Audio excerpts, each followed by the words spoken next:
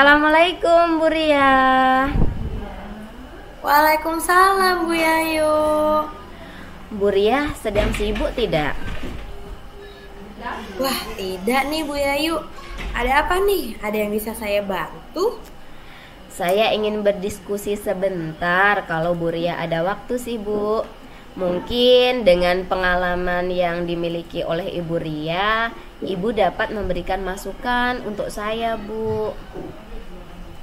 Wah, boleh sekali Bu. Saya senang sekali kalau saya diajak berdiskusi nih Bu. Kira-kira kita ingin berdiskusi tentang apa nih?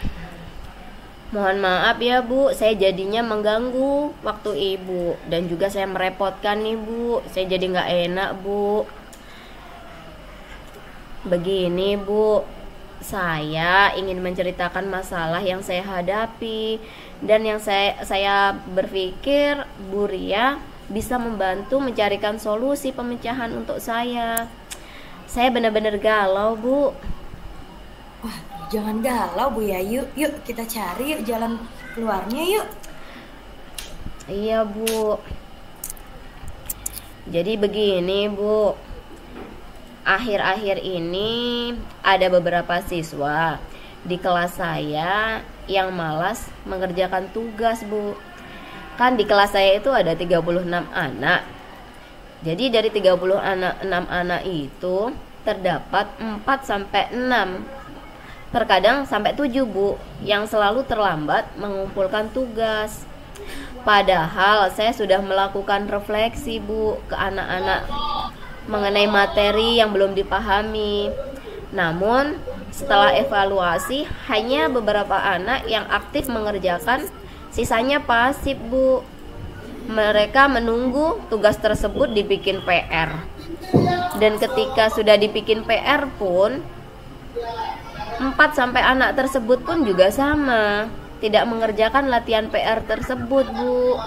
Jadi kan saya bingung Bu, saya galau, harus bagaimana lagi. Wah, itu merupakan permasalahan yang sering kita hadapi sepertinya ya Bu Yayu. Jadi, apa nih tujuan yang ingin Bu Yayu capai dari diskusi kita kali ini? Iya Bu, jadi selama ini setiap ada latihan atau tugas, saya sudah sering mengingatkan mereka, baik di WA grup atau bahkan kalau ketemu di jalan pun saya selalu mengingatkan Bu agar anak-anak mengerjakan tugas dan mengumpulkannya tepat pada waktunya. Saya pun juga menginstruksikan kepada siswa untuk bertanya jika ada kesulitan, bisa menggunakan WA, bahkan bisa menemui saya langsung di ruang guru Bu. Tapi nyatanya tidak ada satupun yang menemui saya. Jadi saya berpikir, oh ya udah, berarti anak-anak ini sudah paham dan mereka pasti akan mengerjakan semuanya. Begitu Bu.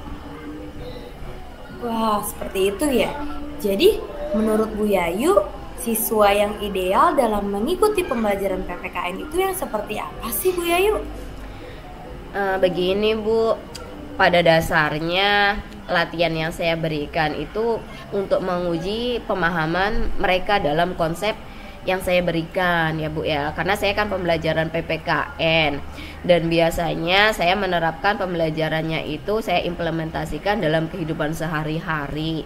Nah, anak-anak ini sejatinya saya memberikan contohnya itu dan tugasnya itu untuk implementasi dalam kehidupan sehari-hari Bu.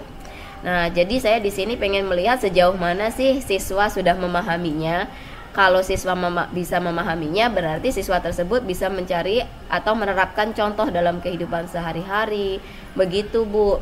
Namun jika latihan selalu tidak dikerjakan, seperti motivasi beberapa siswa tersebut sangat kurang untuk mengerjakan dan juga mengikuti pembelajaran PPKN, kan saya jadinya jadi sedih dan bingung Bu, harus apalagi yang harus saya lakukan tuh Bu.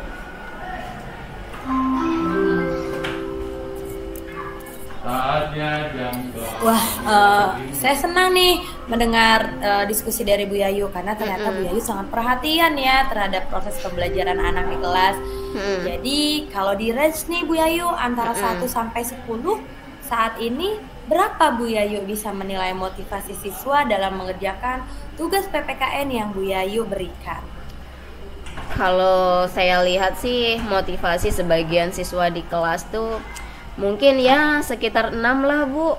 Karena ya begitu, saya suruh mengerjakan tugas, masih ada yang terlambat mengerjakan. Seperti yang saya sampaikan tadi, ada 4-6 orang yang selalu terlambat dalam mengerjakan tugasnya.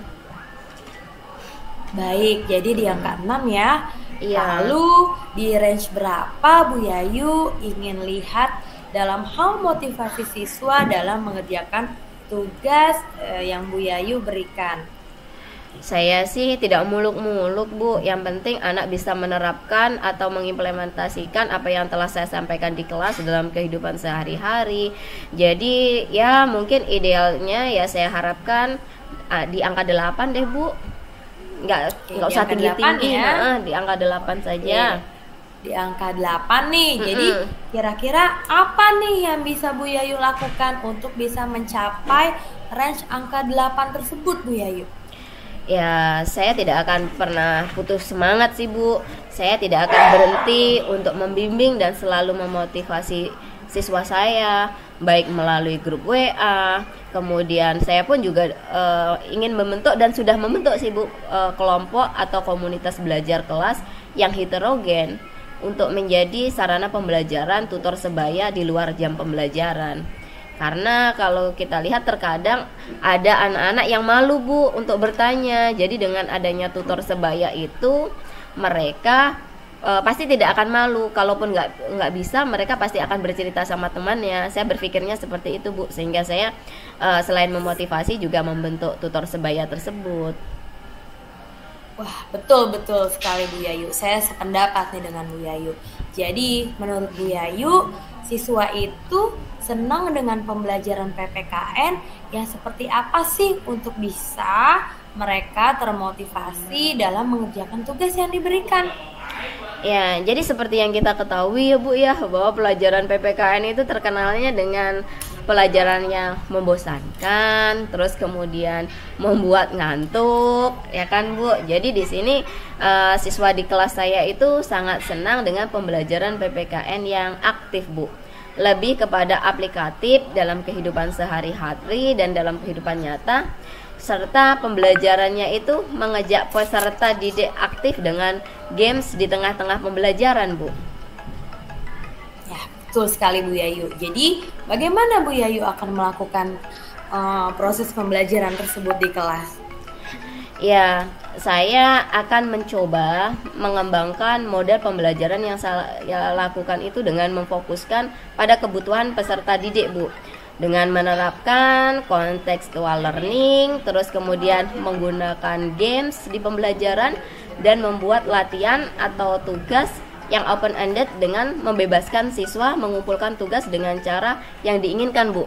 Karena selama ini begini Bu, saya sering dikenalnya sebagai guru killer sih sejatinya Bu, karena saya sering cap cip cup, kalau masuk kelas langsung cap cip cup menunjuk anak-anak seperti itu, karena saya pengennya anak-anak itu tidak mengantuk. Tapi ya saya harus berusaha mencari ide yang berbeda lagi supaya anak-anak itu menjadi lebih aktif lagi, yaitu dengan games.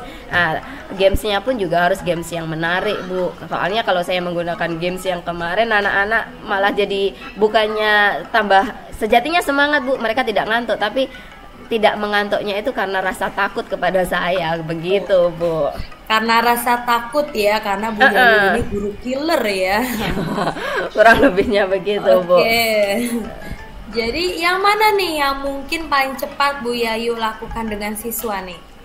Ya baik, yang mungkin yang paling cepat saya lakukan adalah dengan memulai pembelajaran Bu, dengan memfokuskan siswa dalam pembelajaran dan melakukan ice breaking Bu. Jadi sekarang saya udah siap-siap nih, sudah mengumpulkan beberapa banyak ice breaking supaya kelas yang saya masukin itu mereka semangat belajarnya dan tetap fokus. Karena terkadang mereka kan bosen Bu, apalagi ya PPKN yang seperti saya sampaikan tadi. Terus saya juga akan selalu termotivasi dalam pembelajaran dan membentuk atas grup kelas untuk tutor sebaya, Bu. Jadi saya mau mengadakan ice breaking, terus kemudian saya juga akan membentuk grup tutor sebaya. Begitu, Bu. Luar biasa sekali nih rencana-rencana yang telah Bu Yayu buat. Jadi mulai kapan nih Bu Yayu bisa melakukan rencana-rencana Bu Yayu tersebut? Sepulang sekolah ini, Bu, insya Allah saya akan melihat hasil identifikasi kemampuan siswa terlebih dahulu dan merancang rencana pembelajaran dengan metode active learning agar motivasi siswa lebih bertambah. Jadi saya masih melihat identifikasi kemampuan siswa sore ini, Bu. Begitu, Bu. Baik, Bu Yayu. Apa nih yang Bu Yayu dapatkan dari diskusi kita kali ini? Alhamdulillah, Bu Ria, dengan diskusi kali ini saya menjadi lebih lega, Bu. Yang tadinya saya galau, benar-benar galau harus bagaimana, saya sudah menemukan solusi dari masalah yang saya hadapi, Ibuku. Oke, alhamdulillah sudah lega ya sekarang. Alhamdulillah. Jadi, sudah lega, Ibu.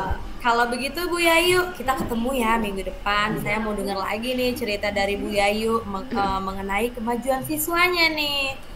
Baik, terima kasih banyak Bu Ria atas waktu yang telah diberikan kepada saya ya. Sekali lagi saya mohon maaf ya Bu ya, telah merepotkan waktu Ibu. Dan jangan bosan, kemungkinan besar saya nanti masih akan berkonsultasi lagi dengan Ibu di kemudian hari ya Bu ya. Oh, tidak sama sekali Bu Yayu. Saya siap mendukung Bu Yayu sepenuhnya. Oke, saya pamit dulu ya Bu Yayu. Iya Bu Ria. Waalaikumsalam. Sekali lagi terima kasih banyak Bu Ria. Assalamualaikum. Waalaikumsalam.